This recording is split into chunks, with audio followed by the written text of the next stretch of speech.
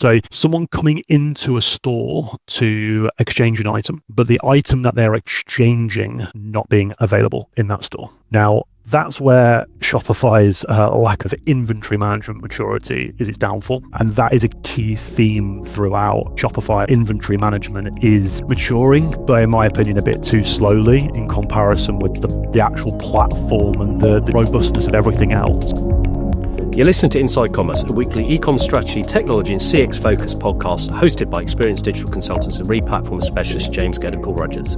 Get insights into e-com strategy and leading brands, hear from industry thought leaders and leading tech vendors with practical advice to help you improve your online CX. This podcast is sponsored by WorldPay.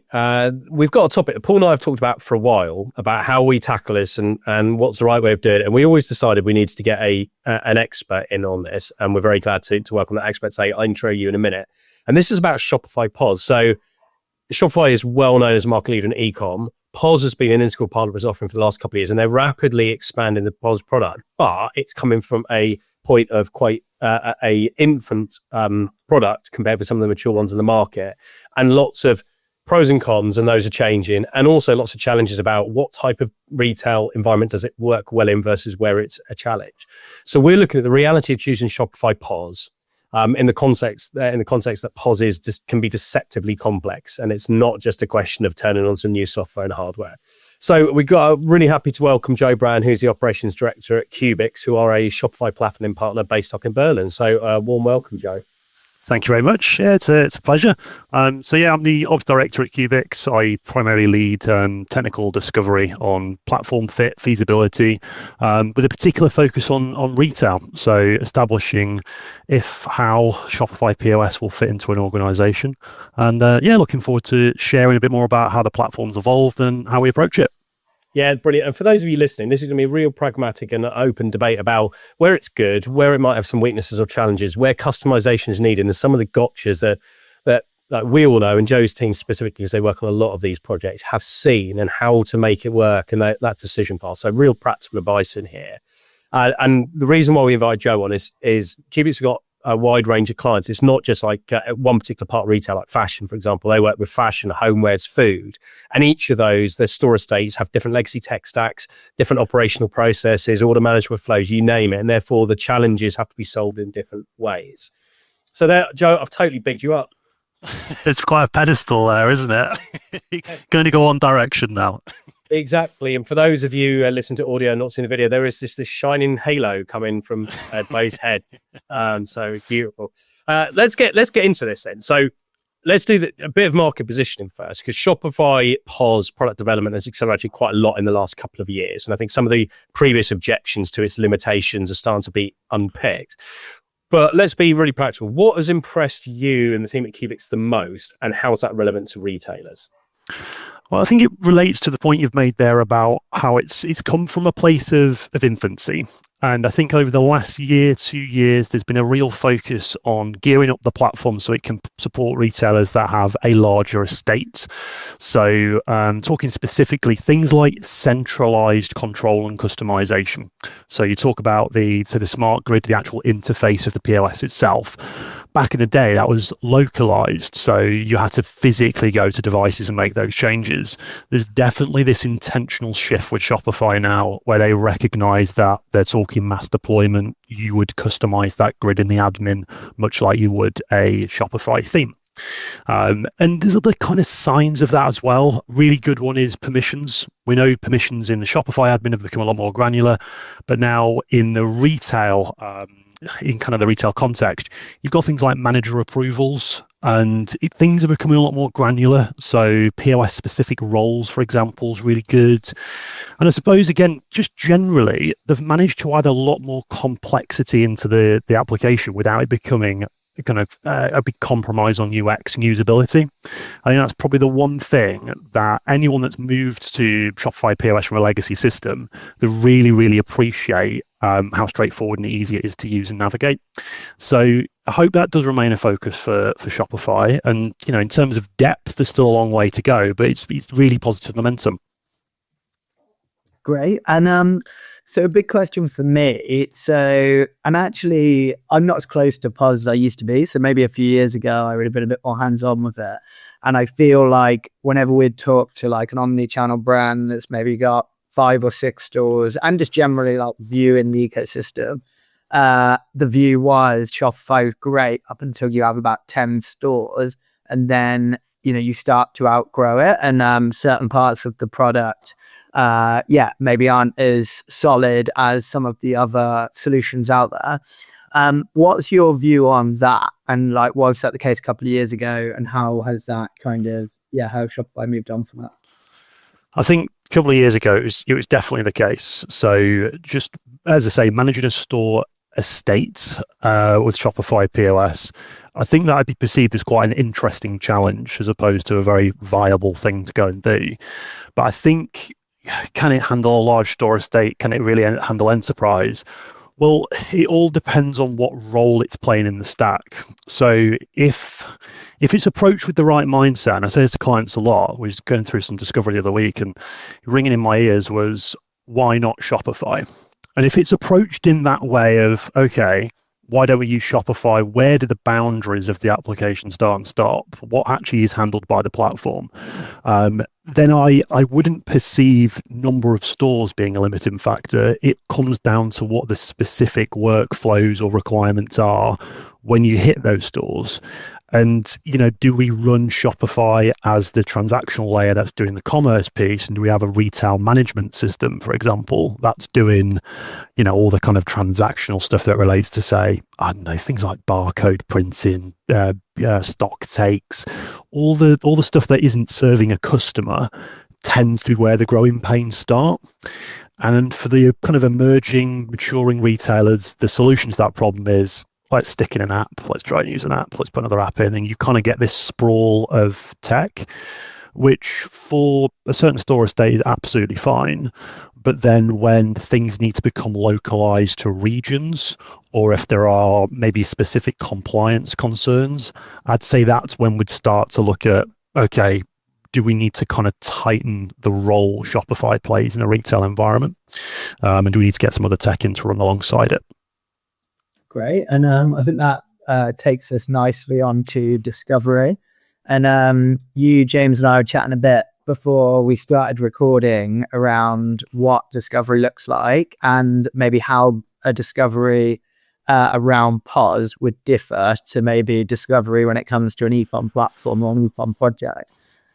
So can you talk us through how a discovery should be approached and why and when that's kind of not been mapped in certain scenarios, and then how some of the important things to cover off in discovery?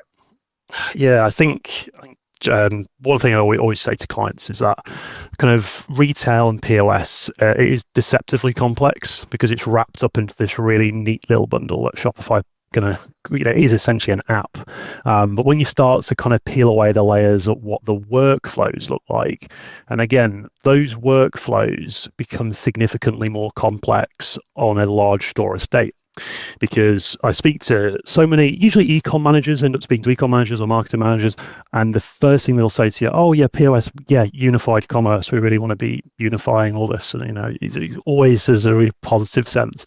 Now, the trade-off of that is that the processes need to be unified to use the unified tech. And the biggest kind of piece of advice I can give to anyone considering a retail project is, similar to ecom, have the right people in the room, because 9 times out of 10, you'll get through configuration, you'll get through UAT, and then you'll get, a store manager from a particular store, and it will kind of bubble up to the surface that, actually in this store, we sell a combination of products and we actually do this promotion, but it's always been a historic thing. It doesn't really happen.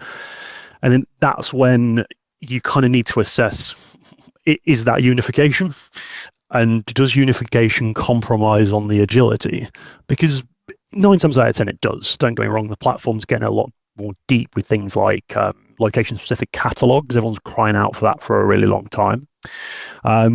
But I would say to anyone going into that discovery phase, just be really clear from the outset, are you discovering for viability and feasibility of the product? Or are you going into it with the lens of, okay, what is the opportunity and what does this unlock? The latter takes more time, but if you're building up that roadmap, much like you would do with an ecom roadmap from the get-go, that is really, really insightful, kind of organization wide. And because the second people start to get a flavor for, well, the interface and the ease, the ideas start to come in. So just knowing about where they're going to come from, and bonus points if you can start to weave some of this into ecom as well. I had the conversation the other week around tech selection, and as a client using a loyalty program, and I know that on the roadmap, POS and retail, how's that loyalty program going to interact? And similar to, I mentioned it to clients when they're discussing integrations, and it's not good enough to say, oh yeah, integrate with Shopify POS. Take a little bit of extra time. How does it integrate? What does the actual UX look like? Does it actually allow you to do those free gift redemptions, or is that going to be a discount code and a workaround? You always have to kind of draw a line in the sand somewhere and say, okay, we've discovered enough. But definitely take the time, because it's an emerging ecosystem. There's a lot that you can do with it that is beyond transactional workflows, that's for sure. Ready to grow your business online? With WorldPay e-commerce, you can deliver fast, secure payments your customers love, backed by global reach and real people-powered support. Scale with confidence and enhance your customers' experience with WorldPay e-commerce. Yeah, I've just, I know that you guys have worked on big furniture projects as well, and just done the same on a POS discovery. And I think a couple of the principles that struck me is it's the same methodology as an ecom one, but the custom flows and the edge cases are very different in terms of, I guess, like made to order products and extended catalogs, which are very different in a store environment, because it can be literally somebody who's currently working off of a PDF or a physical catalog and just inputting random strings of text, adding a price, waits an order for a SKU that doesn't exist, versus in an ecom where it's a controlled uploaded set of additional products for a particular customer segment or a particular market. So I think it's having that discipline, isn't it, of understanding the current process, but equally, and this is the important thing I find with technology, is if you're going to buy into a new tech, whether it's a Shopify POS or another POS, to then say, no, we want to bend that entire tech to do exactly how we currently work our processes, is the wrong way of thinking things. Because you probably, if you've got to completely hack a tech in order to get your process support, you've probably got the wrong tech.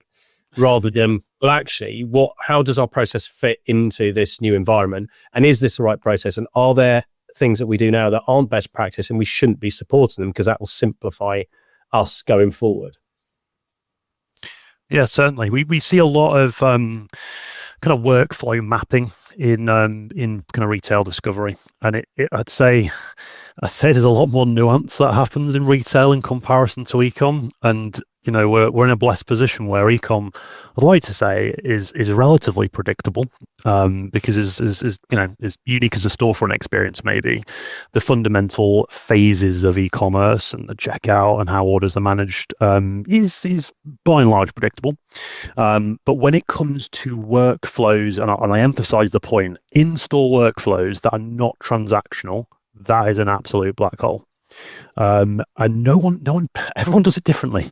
Do your products come barcoded? Who's printing the barcodes? Where are they printed? Have you got the right hardware? All that kind of info, you have to go in with your eyes open, because I've made assumptions in the past, assumptions that I consider safe assumptions. And it's okay, well, actually, yeah, that store, because it's an outlet store, uses actually slightly different barcodes to the rest of the store. Oh, okay. Oh, that's unique. Oh, and the 2D barcodes as well. Oh, all right, okay. So yeah, it can be a labyrinth for sure. Yeah, I think this dovetails nice into the next question around the hardware considerations, because I what you've just said just triggered me from another project where I've got a client at the moment, and one of the reasons they're not considering Shopify POS as a phase one is because of the complexity around the custom development they've done, and they've got custom integrations on the existing POS for things like specific size, receipt printing, and all the. Yeah. So they've spent money investing in that, and you can't replicate it. You'd either have to rip it up and do something different, or you'd have to custom build it again. But you're right. It links. They've got a specific type of printer which the POS has connected, which leads on to the hardware question in stores. And when you switch POS, it's not just a software decision; it's a hardware, because the new software you might want to buy that might deliver great UI and advantages from an omnichannel point of view suddenly isn't compatible with existing hardware tech. You've got to go through hardware selection. Plus, that's a change in the store. It could also mean moving from desk terminals into mobile, like tablet-based terminals. So how do you see the challenge of this, and like how do you help customers understand what the impact is and make the right decisions? Well, first thing I always say, you can't do it with testing and validation when it comes to hardware. And one thing I also would say is, obviously Shopify themselves will advocate for certain hardware, and there'll be things on their website, you can buy the kits and things like that. I generally wouldn't advise that. The list of compatible hardware is really broad, particularly down to things. I know it sounds trivial, even things like the actual stand and the way in which the iPad is mounted in the store. There's so many more options out there just to make things a bit more ergonomic. You can flip the kind of actual thing around. You can get everything nicely kind of mounted into the desk. You know, little cables showing. So there is the perception that I think the hardware that Shopify advocates for and would recommend, that hasn't really changed a great deal in the last few years. Granted, POS Hub has been announced. That's now in general release. That is, again, another fantastic nod to how we're supporting enterprise merchants, larger merchants that have a store estate and need all the remote monitoring. But all that's done is just opened up, I suppose, the availability to a broader set of hardware, like barcode scanners, for example. You know, there's practically a limitless amount of barcode scanners you can go and do. You're not just limited to the little kind of socket scanners that Shopify advise. So I'd always say hardware selection, definitely test it, but that's kind of half the equation, because then you've got your actual existing store estate hardware, your Wi-Fi, your firewalls and all that kind of stuff. That's where, put simply, you just need really good coordination with IT. I always say as well, if you're going live in a store, definitely get a unit in the store, in the back office. But basically, it's a physical staging site. You know, get people playing around with it, see if it all works, get it on the network. It's never one to be an afterthought, the hardware. You know, people are very much living with it day in, day out. So it's generally hardware discovery and procurement we'd do right at the start. Same time we would do the discovery and feasibility analysis. Great. And I guess so you and I, as James said, have been working, or not you and I, because I've certainly not been involved, but we've been all about you're approved for the project. But you and people from our team have been working on a mutual project recently, and within that there was quite a lot of custom requirements that you guys have built solutions for. Where do you see custom development needed most commonly, and what are the kind of gotchas, I guess, here? Oh, there's quite a few, and I'd say there's rarely kind of key themes to where custom development's required. I do see it as a massive opportunity to kind of sand off the sharp edges of the platform, particularly in a kind of change management sense. So if you're able to get kind of the client to walk you through their existing system, and they're used to seeing, say, it might be advised products, complete bundles, just kind of visual UI prompts on the screen, that everyone's very used to, and it all works. If you're able to then kind of just build a little UI extension to replicate that, that really helps. There's a lot to be said for the ecosystem. I'd say obviously the Shopify ecosystem, as far as e-com's concerned, is really diverse, well-trodden path. In the context of retail, I'd say definitely don't dismiss it, because it is, don't get me wrong, it is budding. You know, there's a lot of apps out there. There's a lot of people that are kind of moving out there with the intention of building for POS. You just need to try them out. So a few things that come to mind immediately. Our role's often closing the gap between, you know, what should happen in a store outside of transactional workflows. So things like label printing, stock takes, transfer orders is common.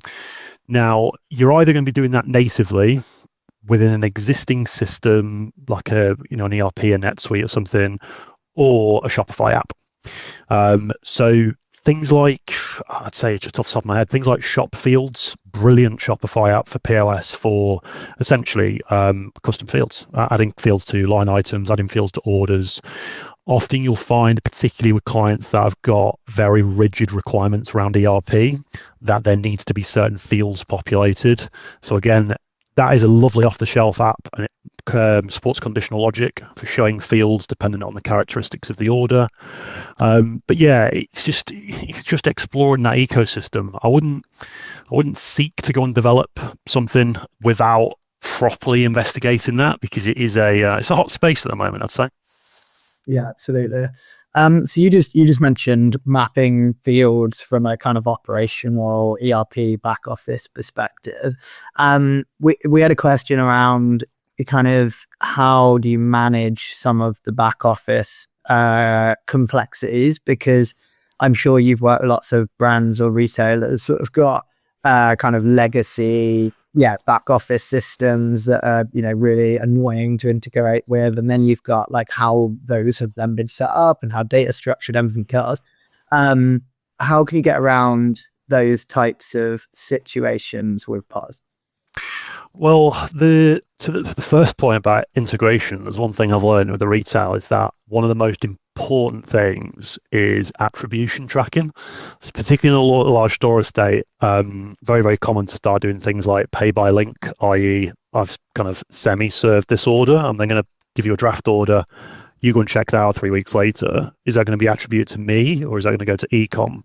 So that is quite a common gotcha of, okay, where's the origin location of that order and how are we actually mapping the attribution back?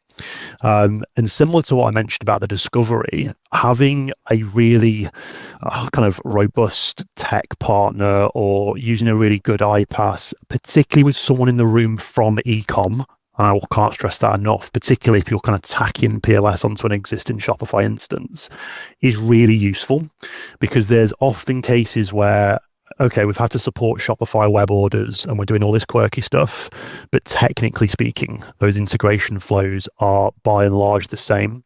So that kind of quirky stuff you might have done for ecom might have to either be changed, it might not be respected, and it's kind of keeping close contact and kind of close sharing of context between what would be an ecom team and then what in a lot of businesses is a tech team or an IT team.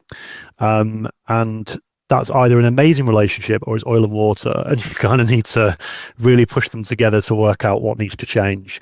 But yeah, you can't test the integration side enough. One of the areas I want to get into a bit more into is omnichannel, because I think there's a lot of use of the term.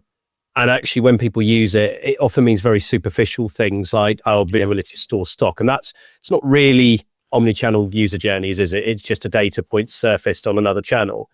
The bits where actually retail staff are really interested in is, I've got a customer, I want to know what's been happening with them, what products they've been looking at, what's been in their basket. They come into the store and say they've been looking at something. I don't know what they're looking at. How can I help them? How do I find it? They can't remember. And it's that ability for that data from an online to be accessible to store. So I'd love you in that context. So we talked about this, and I think you've got a better detail as well as things like a customer who's created a basket on their website. They come into the store and say, I've got this thing in my basket, and the people go, where? And they can't see it. That's really a blocked omnichannel journey. Where is Shopify POS strong now, and where are its gaps? So it is very, very strong. Essentially, if we break it down, all Shopify POS is doing is either surfacing data or we're gathering data. The mechanism in which we're displaying it to an operator, so someone actually at the POS device, is really slick and really quick. So historically, in a lot of legacy systems, it's quite common to see an ecom integration, but because that was calling it from ecom, it wasn't very trusted. It always took a while to load. It just wasn't particularly fluid. So things like loyalty, wish lists, omnichannel order history, I'd say are really strong. And they're strong because they're native to the platform and you're using you're using Shopify core, as I'd explain it, you wouldn't necessarily be reliant on data being passed from external means. Again, dependent on things like permissions and store workflows, but the ability to return products from another store and just scan a receipt and everything be visible, that is particularly strong. I can see it getting stronger and stronger. Little things, I'm talking things like customer meta fields being visible in POS. That was a big thing. Everyone was waiting for that for a really long time. So in the context of omnichannel, so I had another point as well. When I deal with kind of retail teams, they would typically see like ecom and the website as almost like the enemy against retail. So assuming the narrative is right, this is a really good opportunity to reverse the narrative and the website be essentially an extension of your store. And that's where the kind of pay by link and store originated draft orders is really, really useful. Not just to the sense of, okay, I'm going to put this order on for, Mrs. Smith, put it in, there's your link, away you go. You can get into a kind of borderline clienteling solution with that, whereby stores can then actually have a pipeline of orders that they've sent out. What's going on with those customers? Have they been online since? Has there been any interaction on their wish list? And I suppose it can unify the focus, if nothing else. Yeah, I think that's a really nice point, actually. And that it's almost like we planned this episode, because that will dovetail into the next question quite big. Yeah, I can see that being a really nice one where it's joined up to the point that people who have access to like customer service ticketing solutions, whether it's a Gorgeous, a Zendesk, whoever you're using, that ability to have that unified view where the person who's originally initiated transaction, if a store staff has had the first interaction and they've put a basket in and they put that note, it's assigned to them. Well, that might actually end up being a follow-up where their customer needs additional support, and maybe it ends up in telesales queue, and that telesales person closes it, but they've got the details and the history, but the store person gets the recognition, and now we've got a proper joined up process. Exactly. Yeah, exactly. And I think to the point about the platform as well, I think Shopify is a brilliant foundation, but really the onus is on kind of merchants to enhance the kind of omnichannel experience with the ecosystem. So what I was speaking to a client the week ago about reporting, attribution, things like visitor counting. That's coming up in conversation a lot more, and actually tracking conversion rates in store and how can that actually interact with Shopify. Seeing some brilliant things around loyalty, about not necessarily tracking transactions, but tracking store visits. So using things like Apple Wallet to surface the pass and then kind of know if that person's been in the vicinity of a store and has that person then visited. There's a lot that you can do with it. But put bluntly, a lot of clients that I'm speaking to and dealing with at the moment, it is very much about the foundations and getting a really robust foundations in, much like ecom, and then tacking this stuff on later or integrating their existing tech. And we're at an interesting point, I think, of maturity where, those serious conversations are happening. And I think the app ecosystem's just lagging behind. So, give it a year or so, I think we'll be having more and more interesting conversations. Yeah, and I think there's a really good point to these, because we want people coming away from our podcast having like a real practical view and seeing where something's really good, but where there are gaps, they have to ask better questions to plug those gaps. And yeah, the ecosystem's a good one because we talked about this before we started recording this, about one of the areas we both have found is finance. And where you have a finance option in the checkout, and that's a third party, and you have to go through that third party flow for the authorization piece. But finance with a app for the ecom, but no app for POS. So finance is one area where there's a gap, and that creates extra costs. And I've seen it in mine. There's a bit of additional cost crept into the project that wasn't anticipated when we initially ballparked POS. Where else do you see the gaps? What other kind of functional areas where the ecosystem is not quite as mature as the ecom side? There's a few key themes, which I'll mention in a second, but I suppose the granular nature of POS workflows will dictate ideally a deeper discovery. So if I was to give a laundry list, it'd be really lengthy, but the likelihood of them actually impacting merchants would be very, very slim. I'll give you an example so you can kind of get a sense of it. So someone coming into a store to exchange an item, but the item that they're exchanging not being available in that store. So they're essentially bringing a physical item back, but they're exchanging for a mail order. Now, that's where Shopify's lack of kind of inventory management maturity is its downfall. And that is a key theme throughout POS and dare I say Shopify as well as a platform. Inventory management is maturing, but in my opinion, a bit too slowly in comparison with the actual platform and the general robustness of everything else.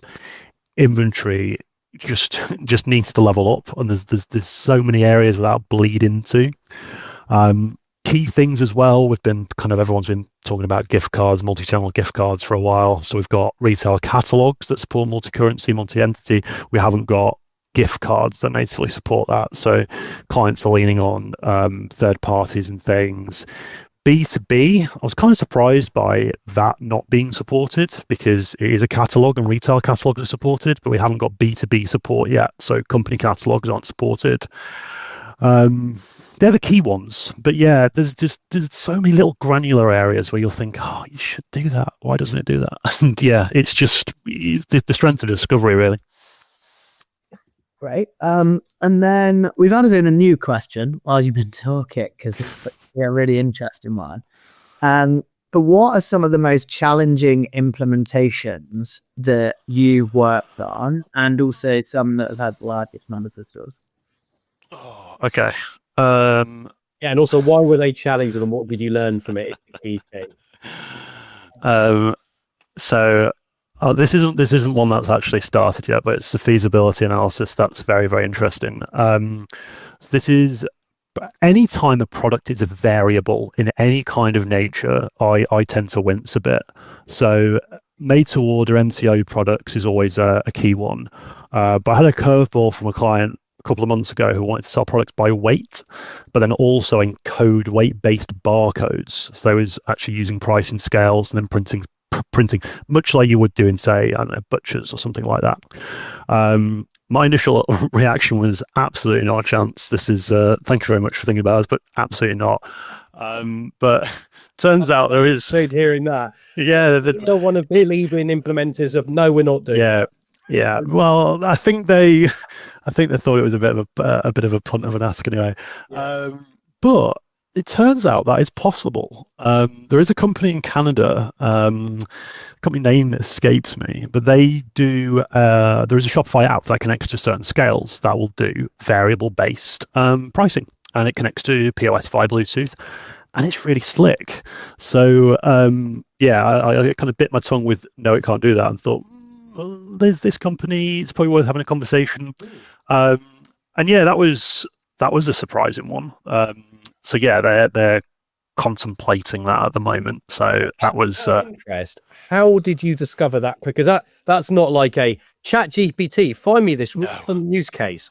It's a real niche service. Yeah. So I mean that's one of our existing clients, and on the roadmap was, and it always tends to start of, Joe, we want to do omnichannel gift cards. And then omnichannel gift cards turns into, if we've got Shopify POS anyway, can we do a bit of discovery around this?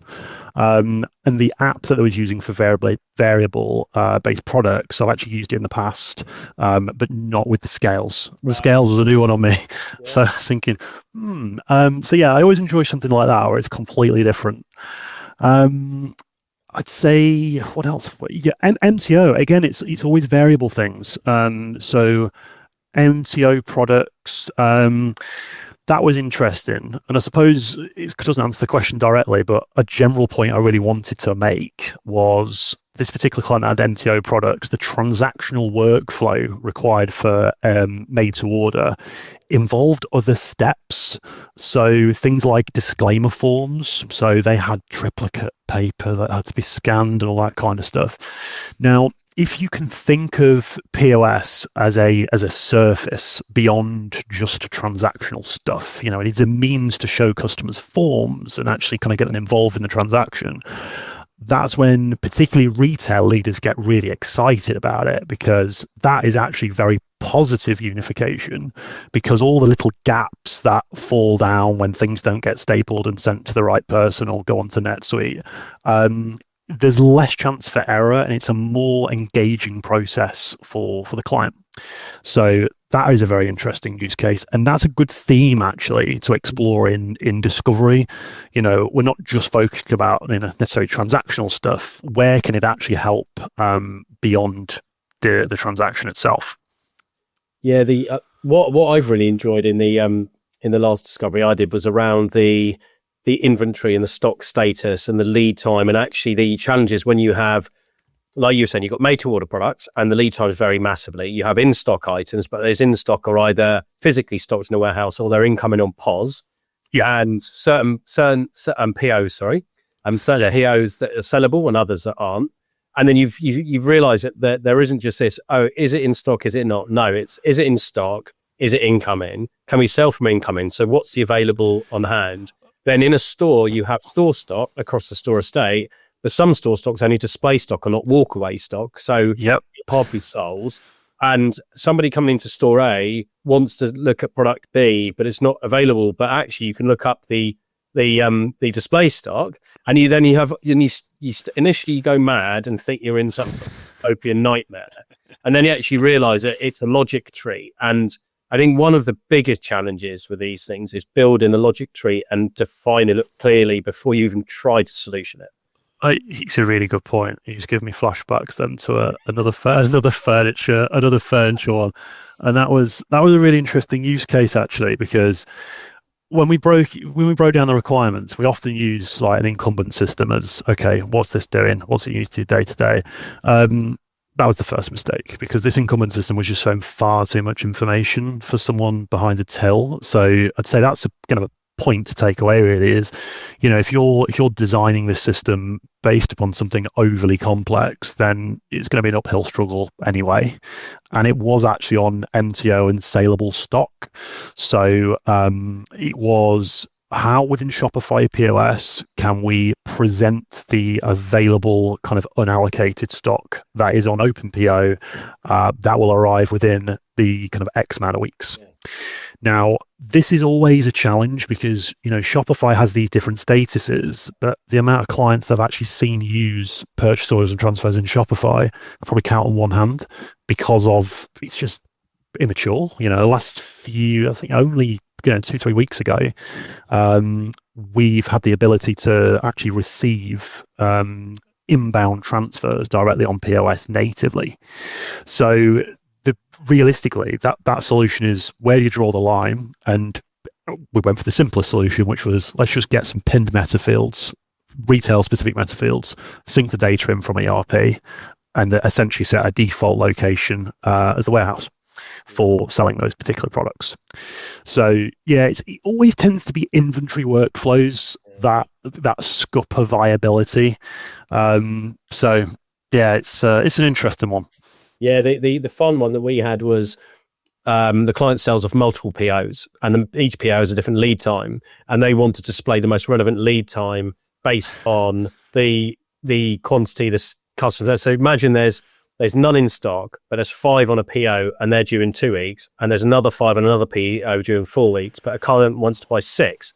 That eats into the second PO. Therefore, the logic has to know that only 5 are held on the first one. We're into the second one. Now update the meta value that is 4 weeks, so that the store staff have accurate lead times, so the promise to the customer, and then that is imprinted into the order as a line item attribute, so that is stored in case someone comes out of service and says, I thought it was only 2 weeks.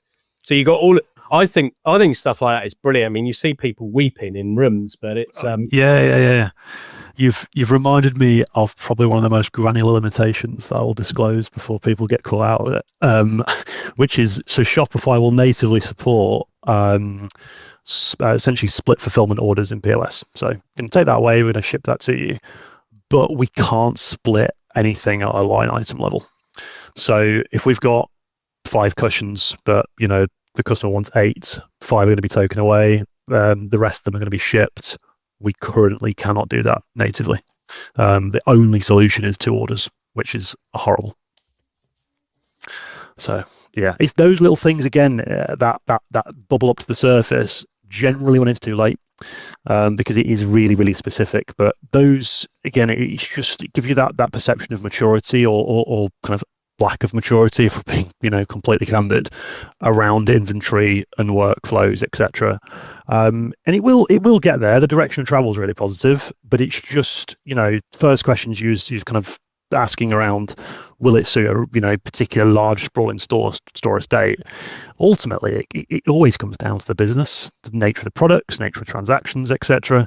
And when you are dealing with furniture, home, obviously things are significantly more complex.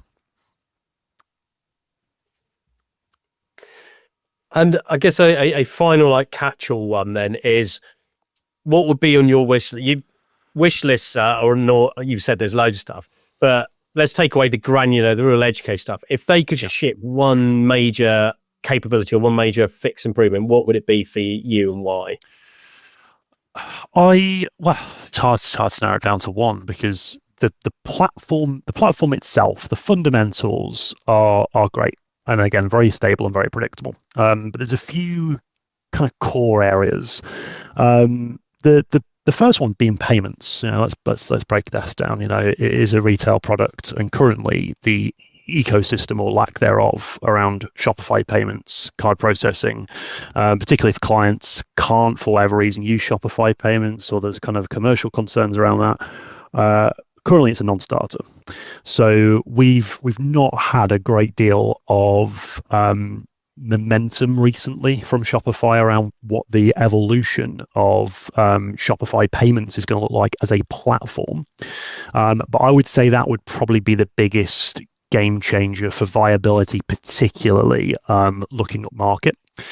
Now, there are some interesting signals. So Shopify and Verifone announced a partnership, I think, about 2 months ago. So we're going to see some interesting new hardware, I'm sure. And hopefully this is a sign of things to come in terms of the payment, I suppose, the payment network of the payment ecosystem becoming a bit more diversified. Similar to what we've got on ecom. So Shopify payments being kind of the de facto, but probably with a couple of catches along the way. You can use other things as well and still have an integrated experience. Currently, it's you use Shopify payments, or it's a very unintegrated experience and generally a non-starter. Yes, and I won't even get down into the having to pay the transaction for using third-party payment stuff. That is honestly makes me touchy. So, but Joel, I've really enjoyed this, and I've learned loads from you as well, which is great. Thank you. For anyone listening who's interested, Pete, who wants to reach out and ask Joe a few questions, you've got any challenges where you want an objective viewpoint, or his contact details are on the landing page. You can go to their website, and also you can stalk Joe on LinkedIn. You certainly can. Thank you very much. And yeah, look, thanks so much. I love these episodes because no tech is perfect. We say this all the time, and understanding the pros and cons and knowing where to ask questions is the critical thing. Deceptively complex. That's all we'll end up. Yeah, exactly. Well, and thanks as always, everyone listen. Hope you enjoyed the episode. Any questions, do reach out. We always love a chat. You're listening to the Inside Commerce podcast, hosted by experienced consultants James Gerd and Paul Rogers. Inside Commerce is your fast track to digital knowledge, featuring interviews with leading e-commerce retailers, industry thought leaders, and the C-suite of key tech companies to explore the latest in digital strategy, customer experience, and tech. Discover what the latest trends really mean and get practical advice based on experience to help fine-tune your e-com strategy and tech stack. Follow us on LinkedIn and reach out to James or Paul if you'd like to discuss an e-commerce project. We hope you enjoy the latest episode.